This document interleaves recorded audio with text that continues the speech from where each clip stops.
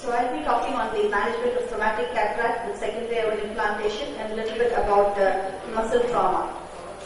So we all know that the anterior segment, which is traumatized, poses a lot of challenge for the preoperative evaluation as well as the management of the trauma, and also you might have surprises intraoperatively if you do not know the extent of trauma and if you don't have a proper planning of surgery. So a traumatic cataract can occur from a serious penetrating trauma, or it can be following a blunt injury, or if it's associated with posterior segment injury, it might need a posterior segment or a vitreoretinal intervention, either to proceed your traumatic cataract surgery or to follow up, or sometimes it can concurrently happen with your traumatic cataract surgery. Proper careful preoperative evaluation is a must, because you need to understand the complete anatomy of the disrupted ocular structures. This will help you in decision making, and the main goal is to clearly have an idea about the nature of injury and the extent of injury, and to know the integrity of the posterior capsule so that you can plan your surgery. This will help in reducing the tension of the surgeon and also to reduce intraoperative surprises. And sometimes when you have a proper evaluation and management, you can have extra devices. Suppose you want to have implants, if you want to have capsule tension rings, or you might want to have a ProLens suture. So if you have a preoperative planning, you do not have to run in the OR. You can have all your gadgets necessary when you're doing a surgery. This will help you to have a successful outcome for the patient. And again, this is also very important to know the nature of injury, the force and mechanism, again, to judge the amount of injury in the lens. Presence of ocular perforation, sometimes you might have an intraocular foreign body, sometimes the intralenticular foreign body might be there. And also the duration of surgery is very important. And immediate measures, you need to treat them with broad spectral systemic antibiotics in case of penetrating injuries. If there is an associated glaucoma, sometimes a hypema in the eye, or sometimes a ruptured anterior lens capsule matter can increase intraocular pressure, so you need to pay attention to that. And then you should give hemostatic agents for hypema and anti-inflammatory agents to reduce the inflammation so that you won't have any post-operative problems. And more important is the counseling and discussion with the patient. You need to give a chair time with the patient so that you can explain to them what is to be expected. And also sometimes you have to tell them that it is a stage-wise procedure. It cannot be done. Sometimes depending upon the injury, you do the cataract aspiration, then later on plan for it. I will implantation later. So this is very important to the patient. So when you see a patient like this with a localized tear here, you have to repair the corneal wound first. Sometimes you can wait for the inflammation to subside, and the traumatic cataract aspiration can be done at a later date. Another important thing is, when you have a tear like this, a small tear, try not to aspirate if there is associated cataract, try not to aspirate the cortical matter through this. Rather, you can suture the wound and choose a site and go through steel tunnel or clear corneal tunnel to aspirate the cortical matter. Because if you manipulate through, you go and aspirate the cortical matter. So once I noticed there was a posterior plaque. So I tried to place the lens. You can see the fibrosed anterior capsule here. I tried to cut with the 1S and remove it. And always gently, don't pull it, just try to peel it, your direction, and then try to remove the plaque. So this is how the plaque is removed. I was not very sure about the extent of the posterior capsular dehiscence. So as a pediatric surgeon, pediatric ophthalmologist, I always put the lens into my PPC. So that's what I attended this patient as well. So after you remove the plaque, you do the posterior capsular excess and the anterior vitrectomy. The patient here like this, you can see here the tear in the lens.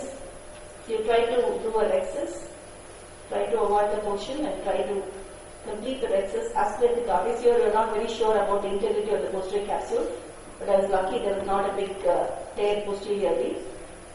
The cortex was aspirated.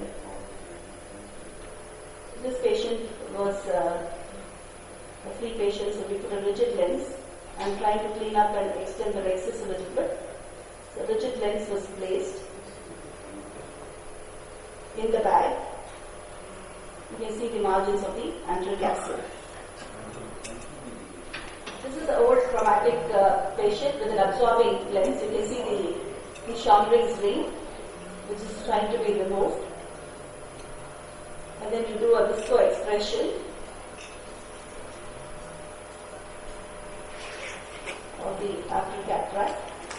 So similarly, there is a posterior plaque which can be gently removed, and part of it is fibrosed and attached to the posterior capsule, which was cut with the 1 and removed. Lens was placed, and this PC fibrosis you can do with a vitrector, a posterior capsulotomy, and an anti-vitrectomy to clear the visual axis. So the use of capsule tension rings in subluxated cataracts, you try to do a small rhexis, a gentle hydrodissection, try to implant the CTR in the back, and you can either use a CTR or even small implants depending upon the extent of dialysis.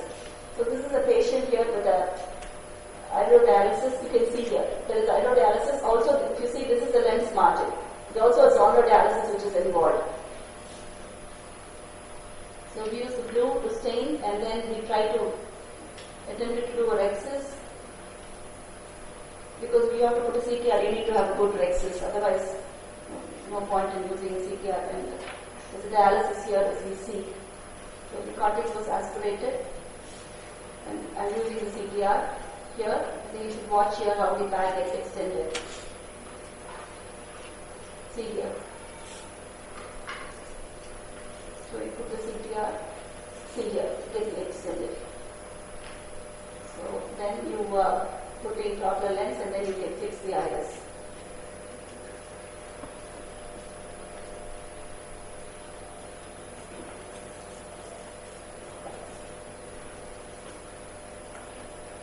Then you need to release the synechiae and clear the visual axis. So then, subluxated lens is another problem we encounter in trauma. So subluxated lens, you have a lot of options. You have the modified CPR with the Sionis ring. So this is a patient where we did a subluxated lens which had a Sionis ring implanted. You see the cross subluxation here. So we attempt to make a small rhexis and then use the iris hooks to stretch the bag. This is the Sionis ring. There's an extra. You can either have one eyelet or two eyelets. This is me. I did one eyelet because there was cross subluxation here. I thought if you just fix it here, it should be sufficient. So this is after you pass a Tolan suture, tie the knot over this eyelet here, and then you introduce the Sionis ring into the bag.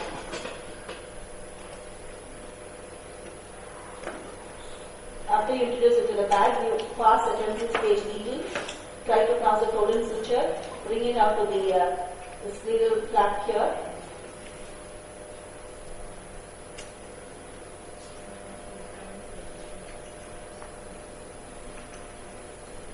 Then you place the lens and tie the knot and pull it tight so that, even later on there's decentration, the lens will still be in the visual axis.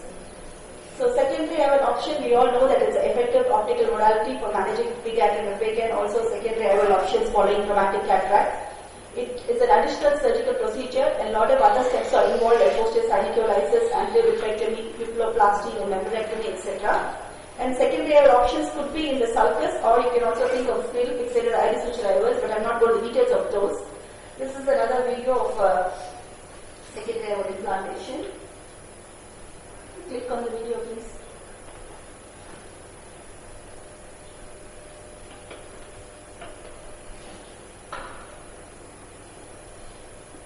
So you can see all the corneal trauma. This is secondary effect. The corneal trauma has been fixed, and we see all the sutures.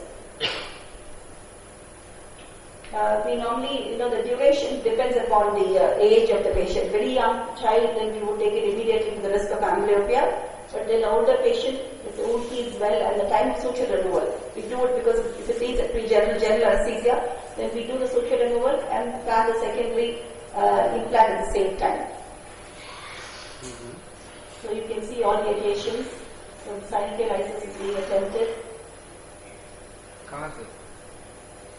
And the wound is extended. A 3-piece lens because we're placing it in the sulcus.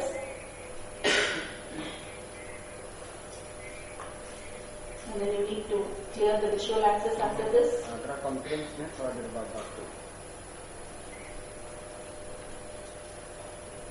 try to release all this honeycomb, clear the visual axis. I'm trying to make a small flutoplasty there because the scarring, if you can see, I made a small sphincterotomy kind of thing so that I can clear the visual axis. It was so thick and fibrous, it could not be cut with a retractor. So using a 1/2 to cut the membrane.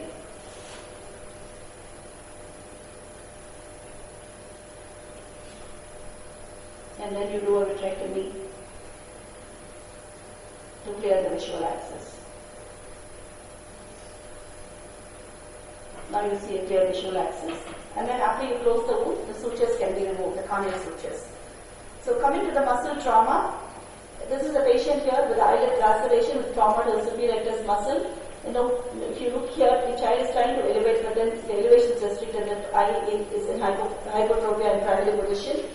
And sometimes fracture floor of the orbit can have the entrapment of inferior rectus, and this is the patient which has an elevation restriction following a lower fracture of the orbit. A post-action test would give you an idea if there's an entrapment, or you can do an imaging to find out if the muscle is entrapped. This is an interesting patient who presented to us like this. This patient had an injury, and this was the muscle which was lying, and it was superior oblique muscle. This was the pre-op evaluation. We had little edema like this muscle, little bit of hypertropia. Otherwise, all the other ocular movements were normal. And the fundus did not show any torsion. The pressures were normal. The right eye was within normal levels. So this patient was taken up for surgery. We did, there was a 12mm conjunctival tear which was superior to the limbus. So we saw the prolapsed tendon, the distal tendon of the superior oblique. We tried to reattach it, but we could not. It was, it was completely hanging out. So we went out and excised near the medial border of superior rectus, and conjunctiva was closed with non-absorbent suture. And this was day 1. We had good vision. The head tilt to right as pre-operative, but very minimal tilt, not much. And this is how we looked post-operatively. Fairly straight, and this was taken day 15. He was very comfortable, no diplopia. And we reviewed him for 6 months and no muscle sequelae seen. In fact, we thought he would need a ipsilateral inferior oblique recession if there's any overaction which develops. But he was completely fine, and he also did not develop any other Brown syndrome due to fibrosis or restriction. And this is another patient who came to us following injury, presented with diplopia with abduction deficit. This was a 6-nerve palsy. So this is the extraocular movements. You can see this abduction is restricted. All the other movements are normal. And the post-action test was positive for medial rectus contraction in the same eye. So he underwent a medial rectus recession with superior rectus and inferior rectus transposition to lateral rectus to improve the abduction. But what happened was day 1, his visual acuity dropped down to 612, and this is how we looked. You can see the pupil was vertically oval. We had dealt with 3 recti muscles. But in addition, what we did was we did a Foster's augmentation to enhance the muscle action, the transposition. So this was what we had. So he was diagnosed as a case of anterosegment ischemia. So he was treated with steroids orally.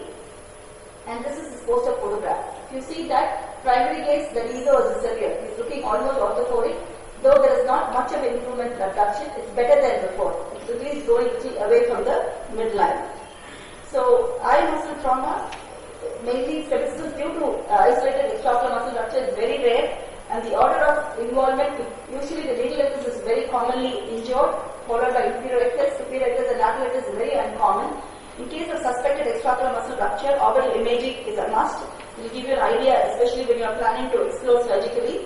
An MRI is mandatory, and prognosis is usually better in patients having partial extraocular muscle damage, and sometimes treatment options should be evaluated and customized based on the patient's need. Thank you. Thank you, Dr. Kalpana. The next presentation on posterior segment trauma will be by Dr. Kalpana.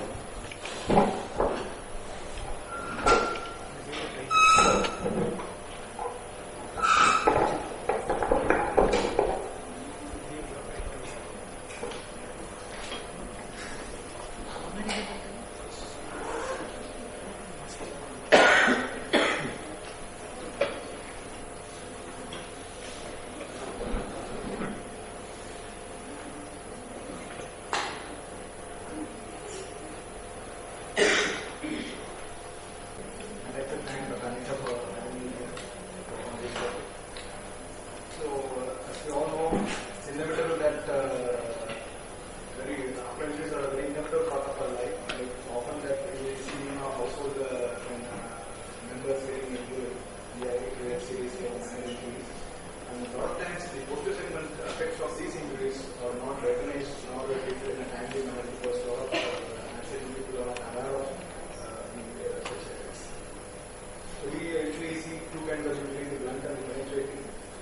As regards to the blunt injury, we have the direct effects and indirect effects. Direct effects we have the IV cells injured causing the acoustic effect. Whereas in indirect we have injury to other parts of the body which lead to effects in the eye. I will be mainly dealing only with direct here. So what you see here is the trace-based avulsion. You can see a white line floating in the periphery with the intervertebral detachment. So if you see a white line like this with a suspect avulsion, in the such case there is higher risk of having retinal damage. You will refer to a retinal surgeon to assess look for this. So what you see here is the white.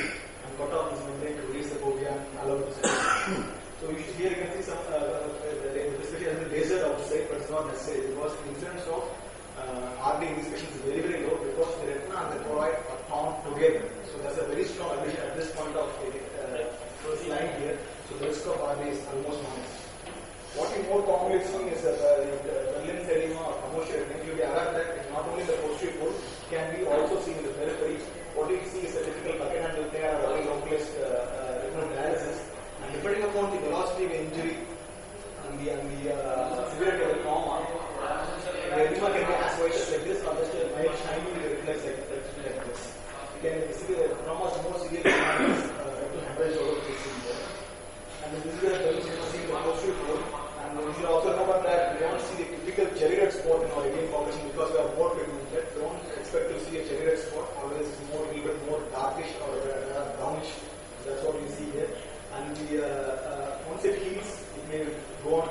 a scar is this, sometimes unless you get the proper history, you may not know what caused this scar. So we should also remember that there is no role for oral steroids in this patient because the amount of whitening is corresponds to the severity of trauma, and the whitening is because of the disrupted oral outer segments, and it's not an edema as such. So giving oral steroids is not going to prevent the scarring, nor is it going to improve the vision, final visual outcome. You can give steroids to reduce the post-traumatic injuries, but it's not helpful in treating the general segment as such. Sometimes you see that what you see is a little bit darkish line, that is the oral line, small oral rupture. But I want you to look at this point. So sometimes you see this outer layer whitening, which is rather a confusion of the artery rather than being a oral rupture. The artery only is now damaged. So what you see is a confusion. Usually resolved on its own without much of visual impact. So this is a guy, a small kid who got injured while he was playing cricket. So the ball hit his eye, you can see that. And here you have a large blood clot sitting on the sclerotomy need not be performed. You can do a suction procedure only after the suction itself.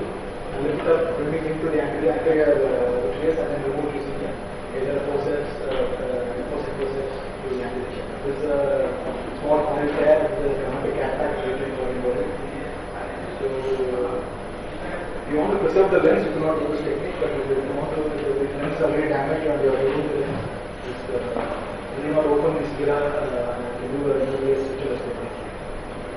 So the cutter suction only, I am lifting it up, bringing it up, and using the handshake technique is in this person, and just bringing over the this is the routine thing which you do, like managing foreign body, you just do a release the place, dust lesions around that, and use the to pick it up and bring it to the sclera because the lens is clear and now to damage the lens, and you can use the magnet. So sometimes if there's like not a magnetic foreign body and a small piece, you can do a removal with the routine process. Routine interactive process which is used for and picking up with the two process and change the axis of the rectangular foreign body. They wanted to minimize the size of the sclerotomy. So just changing the axis and then removing it to the laser for the gas. So for large foreign bodies like this, the routine process is not useful and the stone piece will not use a magnet also. So we have what we call a strong process for this. It's a little bit difficult to use this because we have a lot of pressure to open up these prongs. There is frequent chance of slippage. We have to make sure that the sclerotomy is big enough to do this in the beginning road. There isn't much of a only two prongs are there and the chance of slippage, especially if the foreign body is more rounded. If the plan is okay, but if it's more rounded, the chance of slippage is very high. So you tend to drop it frequently. So make sure that the opening is adequate, otherwise it will drop very easily. Because even the each time it drops, it directly falls on the mat, nothing damage. There is something I want to talk about this thing. Let's move on to my next topic, that is visual very short talk.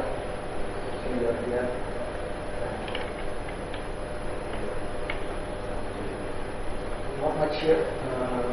We have multiple ways of rehabilitating people with disability here.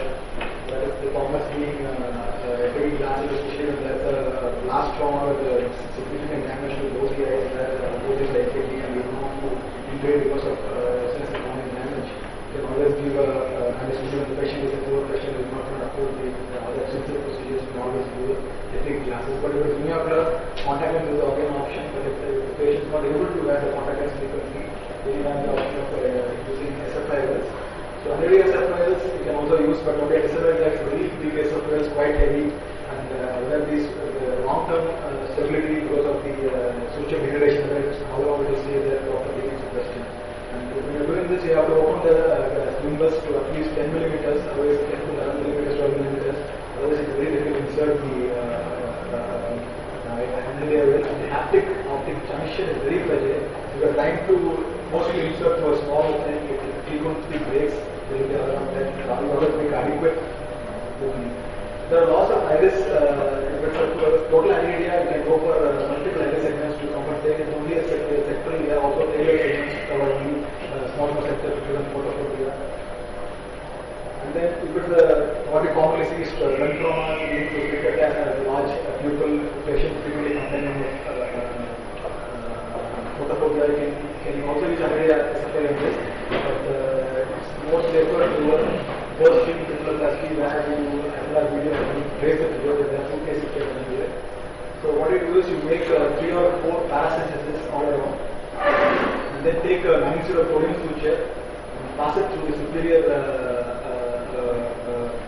parasynthesis and thread it through the needling tool. First, how you do it, thread the tubular layer margin, and every time you have to come out and change changing direction, you have to bring the needle out of the anterior chamber through the parasynthesis, and then re-thread, and then you can tie it up with the superior layer and consistently put the first. So we have 2 options of doing laser fiber. So one is the receiving suture technique. So this is a patient who has trauma. So they take surgery in FAK for surgery. So here we are doing a reverse tunnel to avoid open era.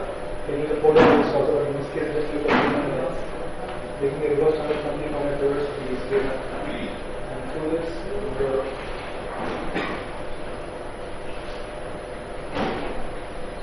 we usually prefer to use the antigen instead of viscoelastic because the water viscoelastic is only dominant because most of the inflammation. So the proper anti-aerodynamic to prevent focus class in the anterior chamber. This is the 9-0 going includes long straight drills, pass through one end of the reverse segment, and then being blocked using the retrieve on the other side. The same is done for the second delivery also. So once that is done, then you can bring out the below the sutures through the superior section, and then cut back, and then tie down to a fiber which is necessary to secure as another diagram here. So thread it and tie it. Both haptics are secured. And usually I prefer to insert the right side haptic first. And when inserting this, I will make sure that there is no loose redundant flow switches that often get entangled in haptics and cause decentration. As you insert, you just keep on pulling the switcher outside so that there is no entanglement of the switcher.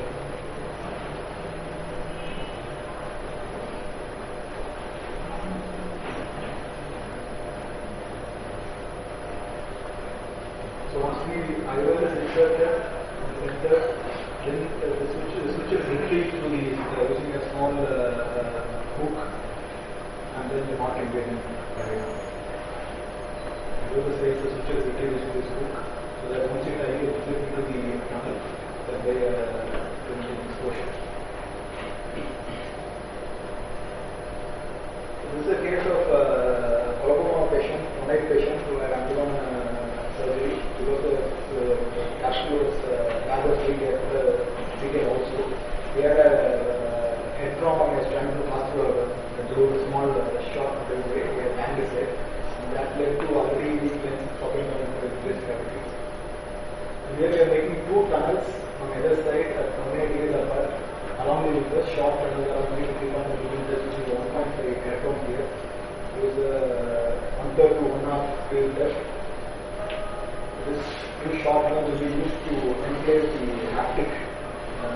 The DP side is not to perform to a 3D. Over 3D, I have gone for a dual and reinsertion of 3D side.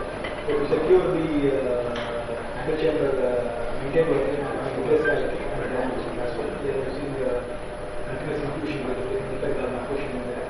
And they are making 2 superior ports to help us remove the pick up the air from the universality and the meter. Now making a small 1.5 thickness channel there. It will be able to remove the CPR, which is also dropped now.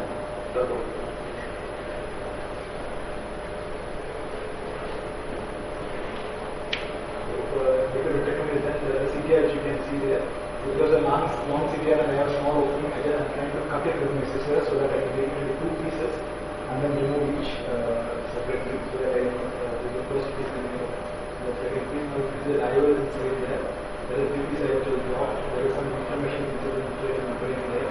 That was cut and IOL is replaced. And using the Unicagaj outcome process, max process, the whole we have to take for the second process which we have to know.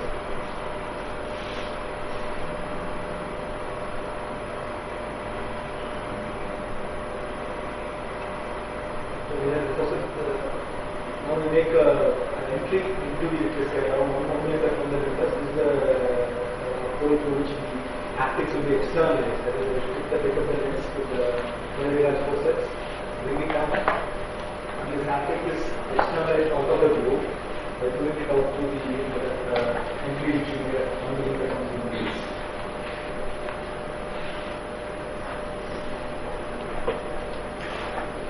The right side haptic will come out first, and then the haptic is externalized now. The same will be performed on the other side as well. So both the haptics will be first externalized before they will be the second haptic being externalized now. And tilting the globe so that the haptic can at the center of the picture, so you ensure that the the forceps and then pull it out. Now both the haptics are externalized. Now the help of the forceps, I just introduce this haptic immediately. Now look sure, so we can integrate there. Same thing we can do to the other side as well. Also doing that. Now I will stable and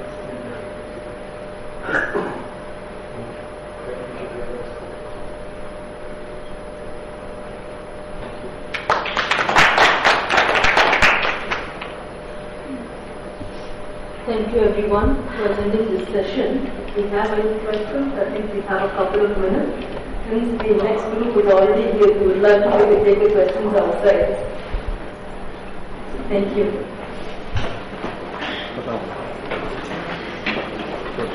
Please introduce yourself for a minute and then start your talk. That's when it will be fine. So I first request Dr. Sunil Kumar Narayan, and he'll be talking about pseudo-traumatic cornea, and he will first introduce himself and then give us a talk.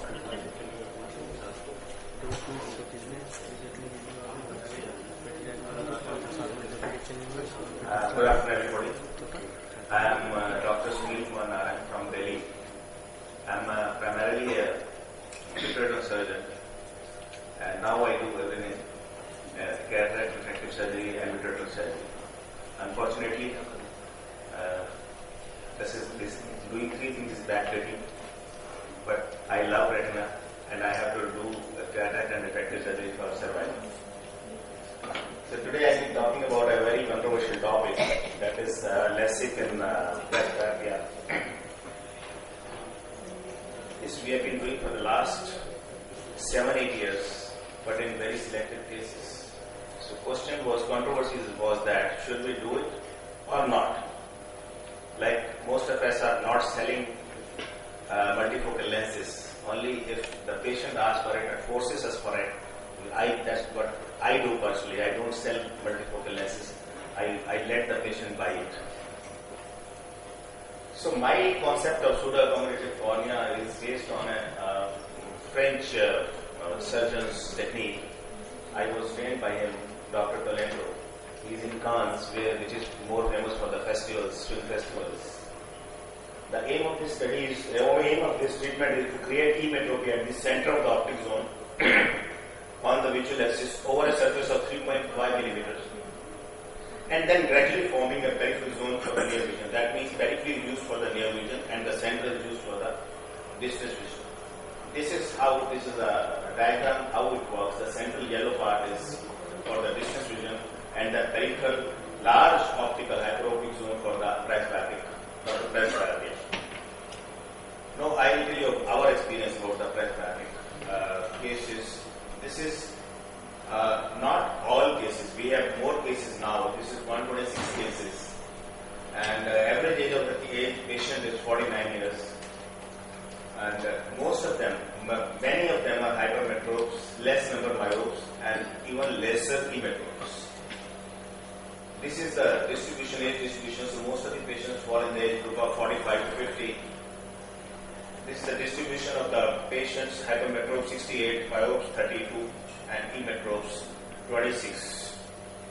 And we have not done this procedure for more than plus or minus 4 diopters of error. I use NIDEC now. I use the EC 5003, that's a CX3, And at that, we are using Moria keratome. Recently, we have started using the femto flap for these because we get bigger flaps. And this is a multi-step focal ablation giving a pseudo-accommodative cornea carried in 3 stages. This stage 1 and stage 2 are the same actually. First is for the myopia. So first we treat the myopic error in 2 concentric zones, 2 large concentric zones. Large means 5, 7 and 5.5, 7.5. And then we treat the hypermetropia, that means presbyopia, over the whole cornea, that is 6.5, 9.5 zone. And then, because of this treatment of hyperopia, there is an induced myopia. Then we again treat that myopia in the center of the cornea. Now, these are few examples of hypermetropia. If you look carefully, here the error, the OPD's map is showing error of 5 plus 5 diopters. And after that, after the treatment, you can see the concentric rings, which are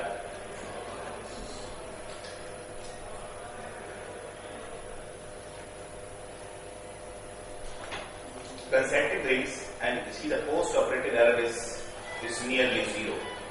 Similarly, in this case, other eye of the patient, 2.53, and the post-operative nearly 0, and you can see the pseudo is the accommodative rings, is the rings, concentric rings in the center. Next one is the case of myopia. This is the first, that is minus 5 and nearly 0 after the treatment, and the rings, similar rings as we see in the hypermetropic eyes.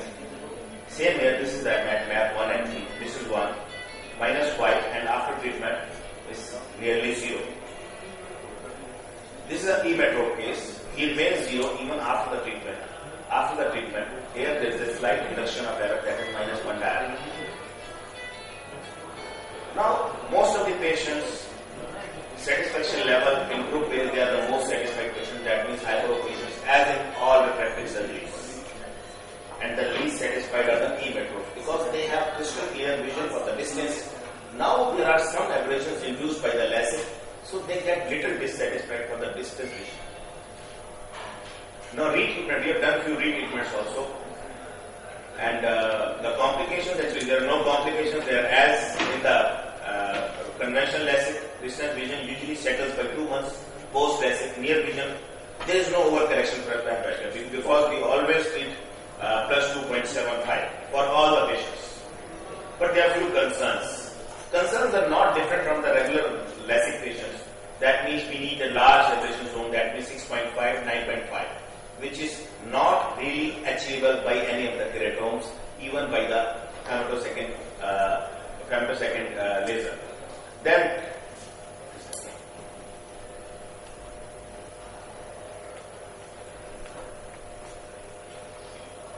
loss of contrast sensitivity, then efficacy of near vision. We have noticed that efficacy of near vision goes down in next 3-4 years. And results are not really very predictable. And then the stability, because I told you already that this is not very stable. 3-4 years, 4-5 years, 20% of patients, they have come back for the retreatments. This is the one example of retreatment. This patient had an error of 2.5 pre-operative, and post-operative it remained 1.75. And in the other eye also, this was 2.25 and post-operative remained 1.5. That means that treatment which was done at the end for the reversal of hyperopia induced by the presbyopia correction was not complete. And here also, this is one of the patients where the residual error was minus 1.5.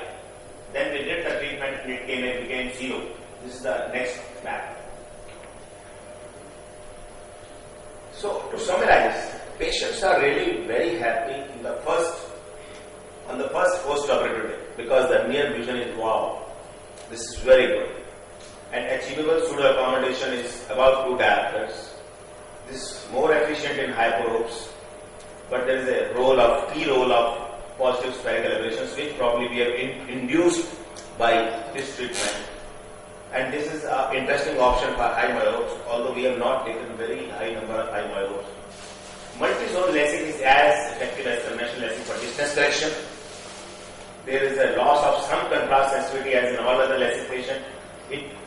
patients have some glare in the night vision initially. We have been refining the nomograms continuously, and we are still worried about the long-term stability. And we need large number of patients to assess.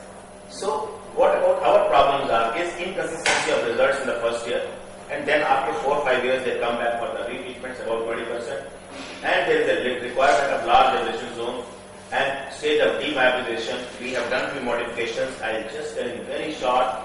So we have reduced the zone of hyperopic correction from this 10 to 9.5, and the demyelinization from 4.0, 5.0 to demyelinization means central neutralization of the corrected induced hyperopia to 4.1, 5.1. This is a very slight difference, but it makes some difference because it goes more than 8 microns now, which I feel is the minimum to have effective correction. And we have started performing PTK after every hyperopic treatment. But still, prerequisites is motivation, counseling, patients counseling, and I tell you that in spite of the absolutely perfect counseling by me personally, still patients are in fighting mode after 2-3 months. They come for fight actually. They have been told already that you will need retreatment, and the patients on the part of the patients. And we have been refining these nomograms continuously according to the previous series of patients, previous few patients. But still there is a lot to be achieved, and still we have not reached the perfection stage. Thank you so much. Thank you, Dr. Narayan. Can I request Dr. Mathur to get ready on the other podium, please? And if anybody has any question, we just have a minute's time. And like you said, Dr. Narayan, it is well put that presbyopic correction is still, that fighting mode from the patients is what we all face, but I'm sure we'll get there at the end. Right now, I'm going to present my own. I'm sure if any of you want to interact with us, if there's no time for questions at the end, you can directly interact as well. Thank you. Dr. Mathur.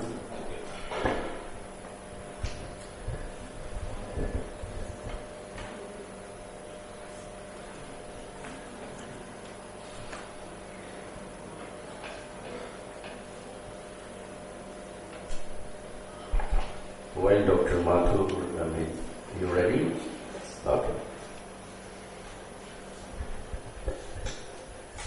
Good afternoon, respected Chairman, sir, and members of the House. I will be talking to you, giving you an overview on femtosecond lasers in presbyopic correction.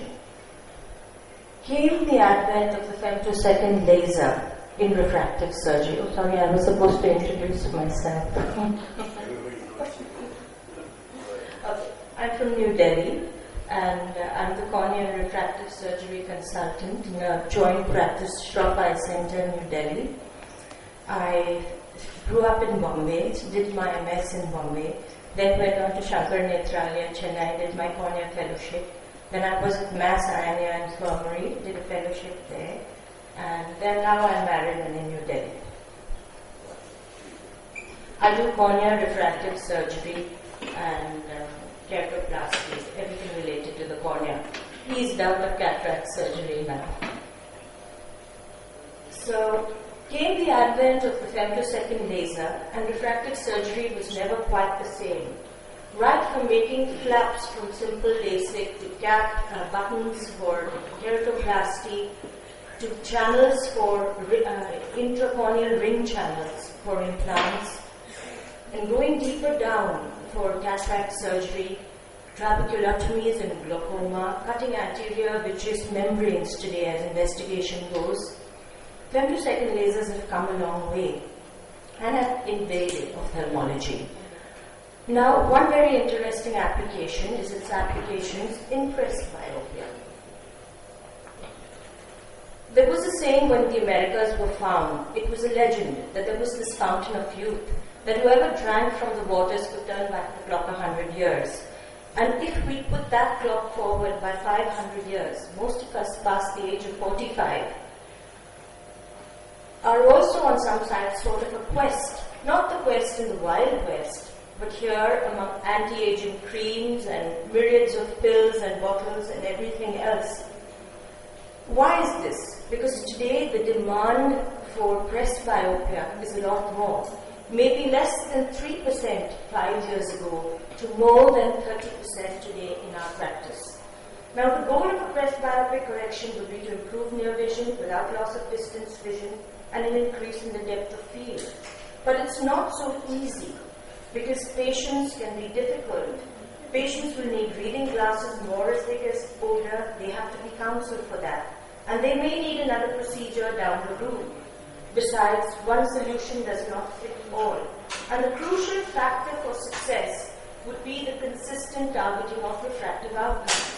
Now the femtosecond laser, because of its accuracy, could provide this. The applications could be primary, as in the case of an intracore, or secondary, as green flaps for other procedures. So what are the trends in presbyopia correction? Older patients who present for surgery who are tempted with spectacle independence should be, we have a sort of age scenario where we cut off. Above 60 years, whether there is a cataract or not, they should be counseled for an IOF procedure. Younger patients, clear lenses, low hyperopia, low astigmatism, a cornea-based presbyopic correction. And the mid-range, 50 to about 55, we counsel them for both. But what we have noticed in our practice is most of them opt for cornea procedures, Dr. Narayan, because they do think that it is less invasive. Now, the femtosecond laser is the scalpel supreme.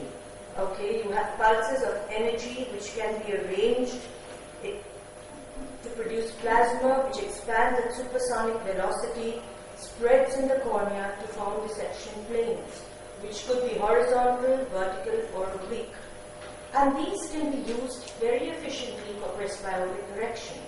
So you could have a cornea-based presbyopic correction with a femtosecond as in monovision, as in LASIK where the flaps are done, supracore, intracore, which is actually the truly solely femtosecond procedure, and corneal inlays where you could have pockets or flaps. You also have the lens-based presbyopic correction with the femtosecond as with femtocataract, and today what they call the phaco-naco disruption of the crystalline lens, which I will be talking to you later.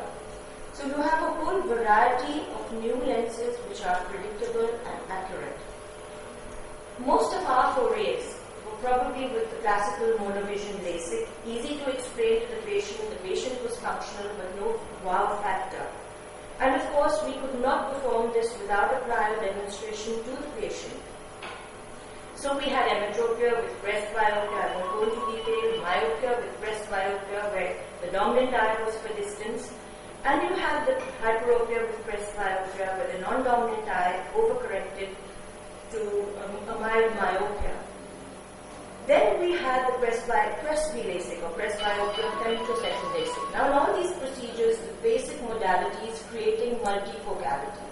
The lasers gave them different names, they had different protocols, but in essentiality it was the same principle. It was either creating a negative spherical aberration in the middle for reading or creating a positive spherical aberration where you had your distance in the middle, distance in the middle. The results were good, but at the same time, we somehow never felt like going back because the patient somehow never seemed too attracted by it. Then we came to supracore. Supracore is a kind of LASIK, flap with a femtosecond laser, examer laser ablation on the bed based on the intracore profile. Suitable for presbyopia and hyperopia up to 2 diopter. This treatment produced this far rehabilitation, intermediate and near. But one disadvantage is the far rehabilitation took a long time. And patients again did not seem to be too keen on this. The non-dominant eye was treated first. Of course, this turned out to be better than the next procedure I'm going to discuss, the all-femto procedure, which is intracore. Here there were less glare and less halos. In the intracore, it was an intrastromal treatment for presbyopia done Bosch and Lomb, originally developed by Louis. Now, here there are 5 concentric rings created of different depth. In a 1.9, the outer diameter was 3.2.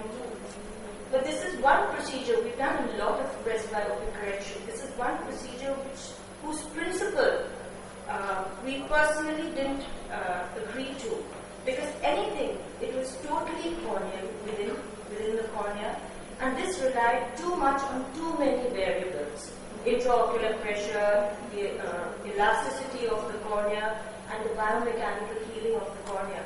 And even where these rings should be placed, their supercentration has always been debatable, and you see in literature. So although this did correct a little bit of negative spherical aberration and there was good reading, this was very difficult to treat. And that is why this has not really caught up and been very popular. In addition, once you do it, you have to think of PRK or a lens-based modality to enhance. Because LASIK is not suitable, you could have intersection of the LASIK flaps with the interstromal rings and risk really severe irregular induced astigmatism. Another thing was the disabling glare and halos that you got in this procedure. So more reliable were the corneal inlays. Now we have a whole variety available. In the microlens system, you have the Flexi U and the raindrop or View Plus. The View Plus is semi-permeable to allow glucose from the aqueous and oxygen from the tear film to enter into vital corneal cells, and it drains away catabolic waste from aqueous. This prevents scarring and this keeps a very healthy cornea. This is probably going to be the lens of the future. In the Flexi View, it is the only inlay which has an add-on power. Again, it has its own share of customers, not really caught on. But what has really caught on is the camera inlay. Okay, here I will show you a brief video of the camera inlay with LASIK, CLK. You have to take a much deeper pocket here, about 200 microns, because it does tend to cause a little prolate cornea.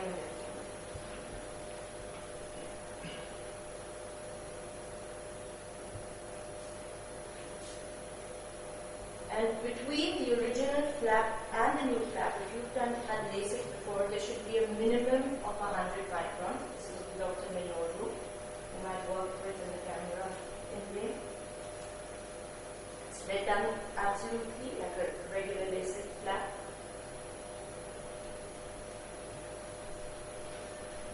And then the camera is held with a special faucet and inserted in the middle over a marking on the cornea, central cornea.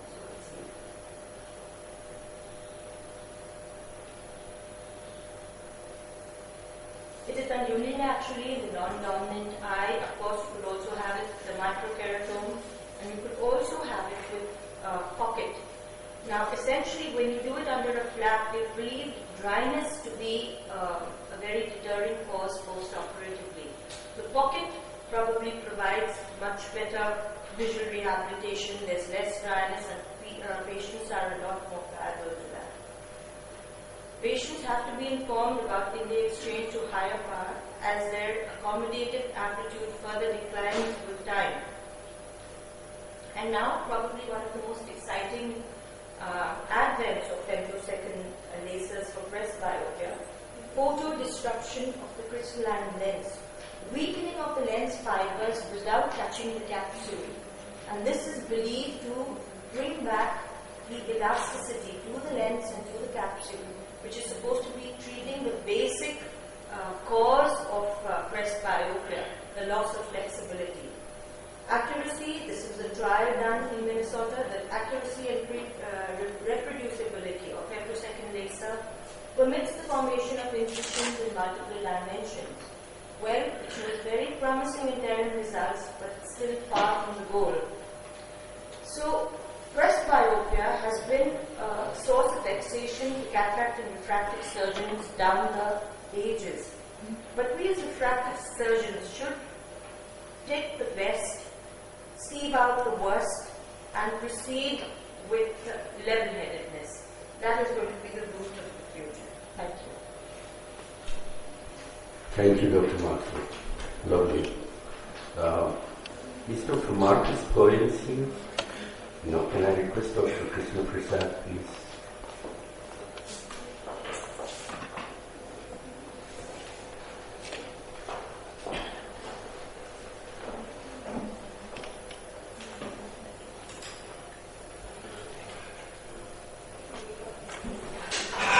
Good afternoon, Dr. K.P. Reddy.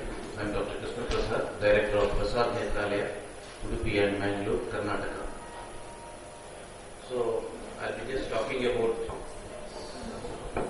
there's something called trust band from Carl Zeiss, no financial interest. So, I think everybody knows about this, that how exactly we used to correct presbyopia, either by doing monovision, that means correcting the dominant eye for the distant vision, non-dominant eye for the near vision, or other options like as Dr. Mathur said, that by either putting bifocal lens or creating multifocal treatment by LASIK treatment, or other options as she said that all camera rings by doing increased depth of focus, or you can do the combined approach. So this is a unique technology actually Carl Zeiss has been invented. Here the principle is depend upon is a combination of micro monovision and increased depth of focus. The treatment what we do is LASIK treatment with the help of either MEL 80 or MEL 90 LASIK. And the program will be done by CRS master computer system provided by the company. So what exactly we do in laser guided vision? So we correct the dominant eye for the distance vision, and we make the non-dominant eye myopic by 1.5 diopters. Not only we are correcting the dominant eye for the distance vision, we also increase the depth of focus by 1.5 diopters in both dominant and non-dominant eye. So how exactly we can do by how increase depth of focus? So it is by creating a controlled negative aberration in the cornea. So as I said, dominant eye will be corrected for distance vision, non-dominant eye corrected for near vision, making myopic by 1.5 diopters. And as I already said, there is something called blend zone, where exactly the fusion of the dominant and the non-dominant eye occurs, and the patient will maintain the binocular vision. So why actually we choose this micro monovision? As you all know that it is very easy to adapt. You might have seen in some squint patient, brain has got a special property to suppress the blur from one eye. So why can't we adapt to multifocal treatment easily? Like, as you all know that at least 10% of the patient never adapt to this multifocality, because simultaneously our brain will be receiving images from the distance and the images from the near vision also, so that it takes longer time to get adjusted. So, as I already said that this laser blended vision is nothing but a neural summation. Our brain has been, as you have already said, that naturally programmed to suppress the certain blur from one eye. So this is one more important thing what we notice in our patient. Normally bilateral vision is confirmed. Now binocular vision is statistically much better than the monocular distance vision. See, if you check in the distance eye, like in the dominant eye, the vision in that eye, even the patient reads 6 by 6, it may not be that sharp. When you tell him to open both eyes, always the binocular vision will be much sharper. This is once again due to creating the increased depth of focus. So since it is the treatment is always bilateral approach, then who are the patient can undergo this treatment? The patient with myopia, normally up to -8.5 diopters, hypermetropia up to 5.75 diopters. The one very important thing, even patient with emmetropia, those are having 6/6 vision in their both eyes, still we can do this treastigmatism up to 3 diopters. but make sure that patient does not develop doesn't having cataract. So pre-operative evaluation, routine pre-LASIK evaluation, I do with Atlas topographer with Visante OCT just to rule out any, just to see for posterior float, to rule out any keratoconus. The very important thing is to test for dominant eye. I think everybody knows, but I follow that test. First you correct both the eye for distance vision, or make a small aperture in both the hand. Ask him to set the both and see through that aperture. Then try to close each eye one after the other. Then when you are closing one eye, suddenly patient will tell that I cannot able to see any distance object. That means that other eye is going to be the dominant eye. Then you can tell the patient get that aperture immediately near to his eyes. He is going to get in directly into his dominant eye. Then very important step is testing for micromonovision. So this is very, very important. So as I already said that, now you know that which is your dominant eye, correct that eye for distance and make the non-dominant eye myopic by -1.5 diopters. Then you should always ask the patient to open both eyes to see for distance vision and for near vision. Some patients, at least few percentage of the patient complain of cross blur. In such cases, you can still repeat this test just to confirm that patient will not have the problem later on. Still you can convince him, you can do so more number of times this test. Suppose some percent of patients still they won't accept, normally I don't take them for the treatment.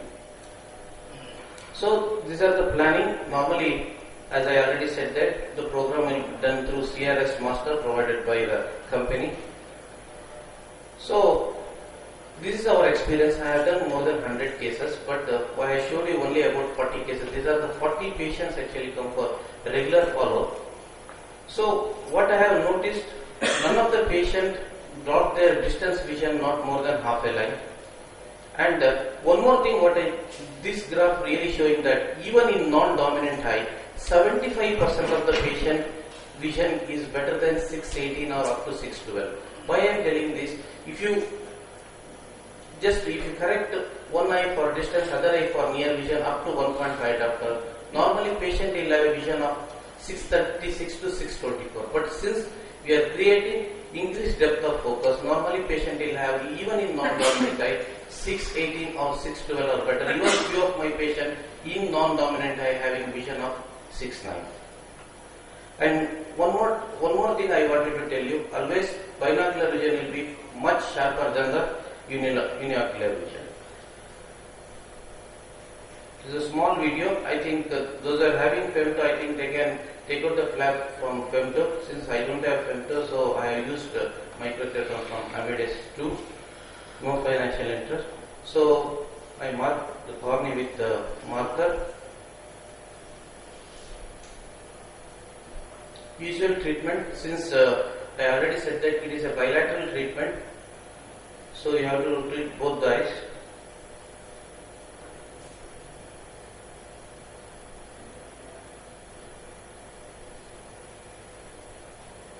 And one more thing what I just wanted to tell, see, when you are trying this treatment at around the age for 40 years, you may have to reduce the other eye, making the other eye myopic by around 1 diopter is more than sufficient. If the patient is around 50-55, you can little bit increase up to 0.25, that is around 1.75. If you increase still more, then the benefit of all this treatment will go. So coming to the summary, this laser blended vision definitely non-dependent pupil size. You can even think about, we just started doing even in the pseudo-phakics, and a wide range of power you can see, that is hypermetropic up to plus 5.75, myopic up to minus 8.5 diopter. And very important thing what I have noticed, it has got a very good intermediate and near vision with good adaptability more than 95%, and no significant night vision problem and contrast sensitivity changes. This actually study has been done by even Dan Ralston. According to him, at least 93% of the patient they achieve stereo acuity at least within 200 seconds. So no significant night vision problem and the contrast sensitivity changes. Thank you. Thank you, Dr. Krishna. I'll make my presentation and then we will interact.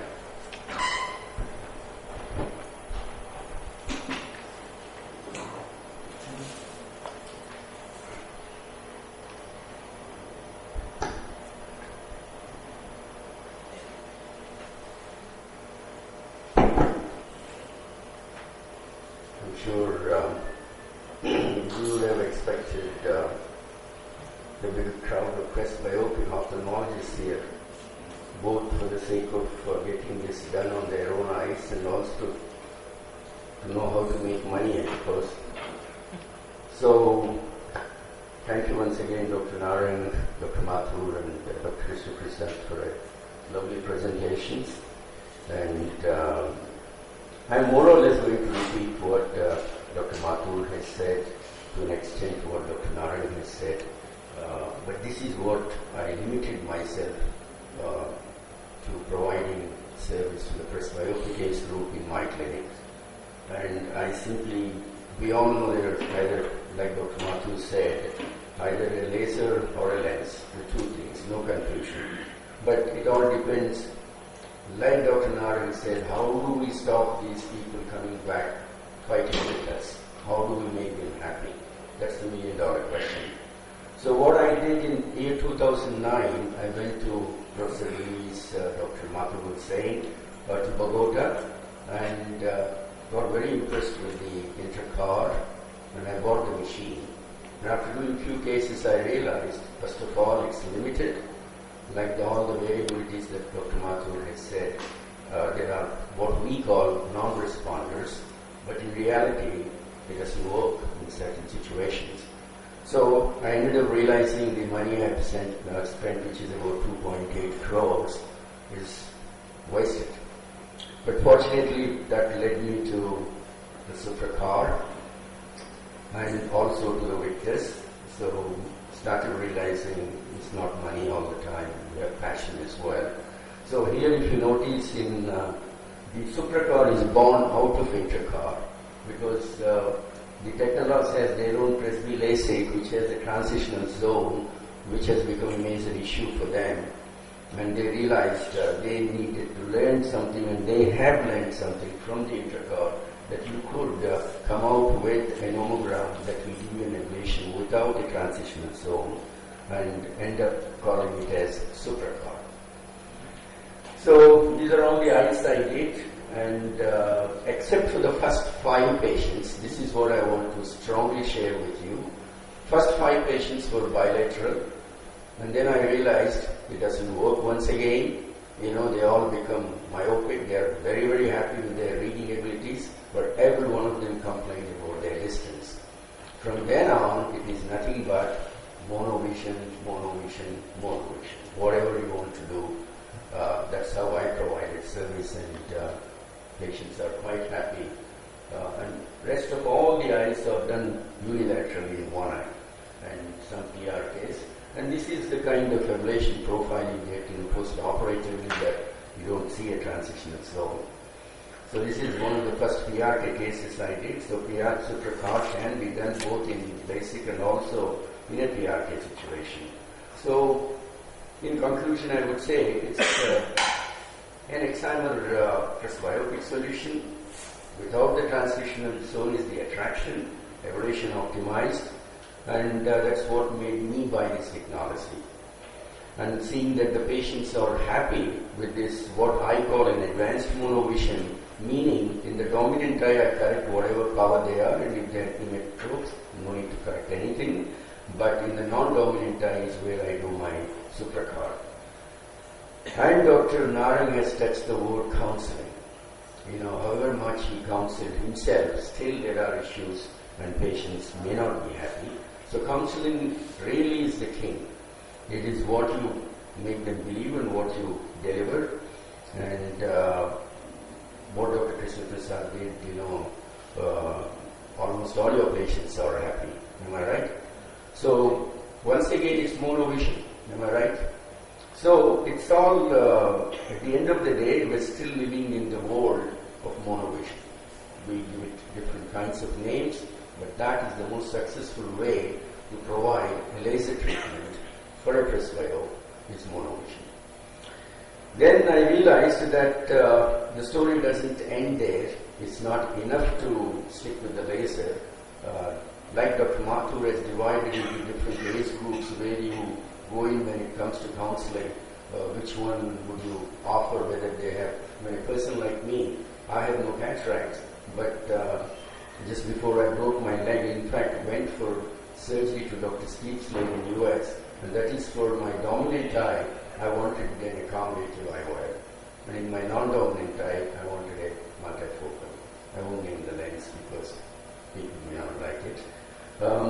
But this is what I want. But this is what I have in my clinic, all this technology. The mixture of all this technology.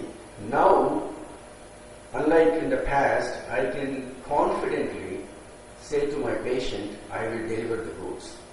Everybody, you know what the patients ask. They ask for zero. So with phaco techniques, I'm able to do it. Phaco techniques is the word that I coined in myself. It is nothing but phaco, but a technology mixture of 5 different technologies. I use the Victus, femtosecond laser refractive cataract surgery outside the theater, then take them inside, do the Stellaris mix, followed by the Matrix Cora, and with a premium IOL. By then, you cracked it. Let us say that even then there is that some residual power and the patient is not happy. After 3 months, I take them back to my laser room and do a synaptic LASIK. So, why are we doing all this?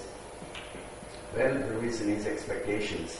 And the amount of marketing that we are all doing, whether you're a single-handed practitioner or whether you're a corporate person, you're all into big-time marketing for freedom from glasses for LASIK, and that's cut down to the presbyopic age group, and older guys like me also want to be without glasses. And then ophthalmologists, of course, are perfectionists, and they like to, unlike other specialities, like I said, I repeat it, my fractured leg, this little bit this way, that way, the bone will still mount. That's not the case in a postcapsular rupture. So ophthalmology is a different surgery, and having done general surgery, orthopedics, neurosurgery, and also aviation medicine, I am the man to compare, and I can vouch that eye surgery is different.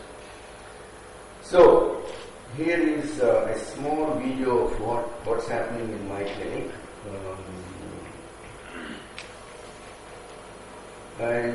Basically, it's like I said, it's a technology mixture.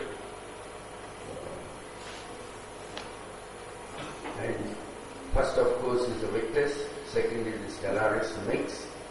I really want to share with you about the WaveTech intraoperative aberrometry. It's really made my life very easy. The Victus machine has a microscope attached, so I can do even the pediatric cases as well. That's the greatest advantage. I've already done about a few pediatric yesterday. I presented some of the challenging cases. And then we move the patient into the OR after the Victus and then get on with our routine phaco MICS. And you can see the WaveTech Aura attached to the light microscope. So after the postcapsular polishing, it will actually give you the spherical power, the cylinder, and the axis. And it's wonderful because it's great for toric IOLs, it's great for post-LASIK procedures. I almost stopped my crystal lens accommodative IOLs because of the Z syndrome, capsular contraction issues. But I'm back again with a wonderful capsulotomy because capsulotomy is the most important thing with accommodative IOLs. And I'm back again, and I'm using the crystal lens like I said, and this is what I would like to have it done for myself in the dominant eye, crystal lens, and in the non-dominant, of course, multifocal. So, believe me, because of WaveTech Aura, and the surgery is refractive, I could produce some excellent results. I could give them, if I want, minus 0.25 or plus 0.25 or 0 or whatever, clinically you think is crucial. And when you're counseling, you do choose the patient. If it's a housewife, I don't mind putting multifocals in both, depending on their need. So basically, these are lifestyle procedures, and you need to, in your counseling, find out the lifestyle of that particular individual to see whether they would like to, which is more important. I mean, usually they say middle, intermediate, and distance, everything is important. But then, having gone through a few of these cases with the laser, there is a learning experience for all of us, and I learned, and after 3 months, I take them to the LASIK room, and then, of course, I get along with the...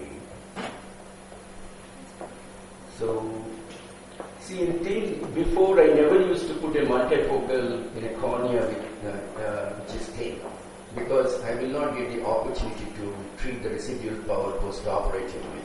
Now with the WaveTech Aura, it is different. I mean, this is what I'll quickly go through. What it does is intraoperative refraction, and you get excellent accuracy for excellent outcomes. Now, what I noticed is before this, there are a lot of enhancements. I mean, for my multifocals, I used to treat the residual power after 3 months. But now, it has dropped down almost from 40% to somewhere around 8 to 10%. So that is what is making my patient and myself happy. And if you look at this in a post-LASIK cataract, before this I was using a special formula, which is also great, but not as great as this. If you can notice the bottom line, post-op AR is giving a minus 0.25 and an uncorrected distance visual acuity of 20/20. So the whole thing is done within a matter of 30 to 40 seconds. The measurement goes to US, and this is the formula I was using before. Very simple formula from a lady ophthalmologist from Sweden. And but still, with the WaveTech Aura, I mean, it's brilliant. I mean, I got Aura since 2012 in my clinic, and we've done few patients. And if you look at again the bottom line here, in a toric situation, you can see minus 2.5 diopters of toricity, and at the end, that is the result of both the eyes. So we used to get, all of us still get this from Alcon, but with the Aura, this is what happens.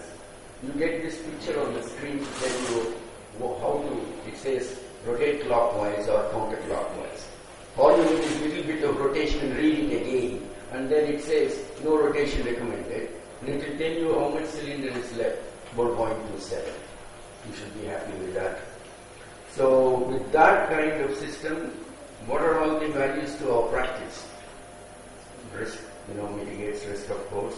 It's a new opportunity. We're all passionate about technology, and technology that helps. Aura helps you not only in routine cases that I do, but in post-LASIK cases, in toric IOLs, also long and short eyes, it's extremely accurate. So really it reduces your chair time and it enhances the happiness of your patient. So after incident, I got it in December 2012. Like I said, it moved from 40 to 70%. So in conclusion, I would like to share with the previous speakers that yes, either you provide a laser or you provide a lens. Two solutions to get rid of your presbyopia. And what I noticed with the phaco techniques, brilliant results I got. But still the $1 million question remains, all this at what cost? We don't know. But I'm sure technology is never there to stop. When I started LASIK in 94 in England, and when I came to India in 96, everybody thought, who would buy that? No patient would have it done for that price. When I priced it at 30,000 rupees. But here we are, everywhere there is LASIK. And thank you very much.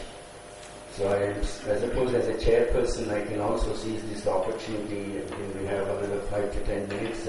Can I ask each speaker, first Dr. Narayan, Dr. Narayan, I just explained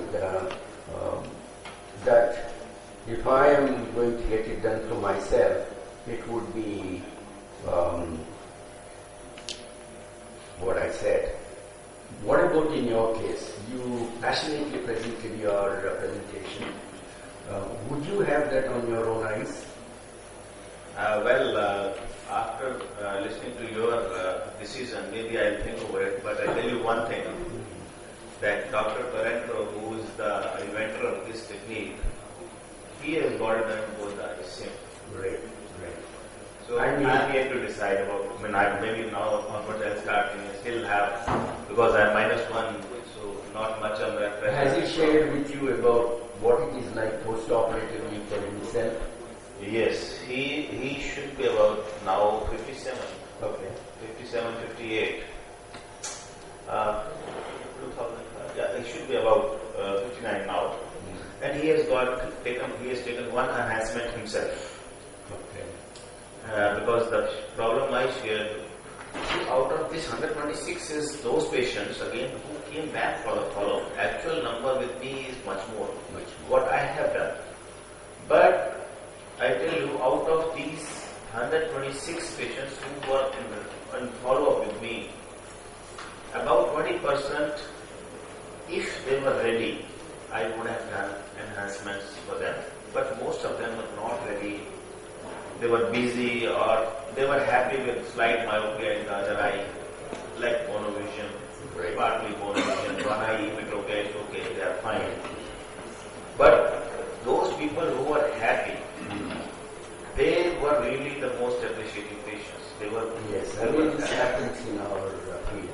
Dr. Mathu, of all the things that you presented, you're ready, Ram? I thought you're not coming. So, okay. Quickly, which one would you prefer? No, come. I think I would wait for femtosecond lentotomy. Okay. Phaco, nego, or sense. Softening, retaining getting back the elasticity of the.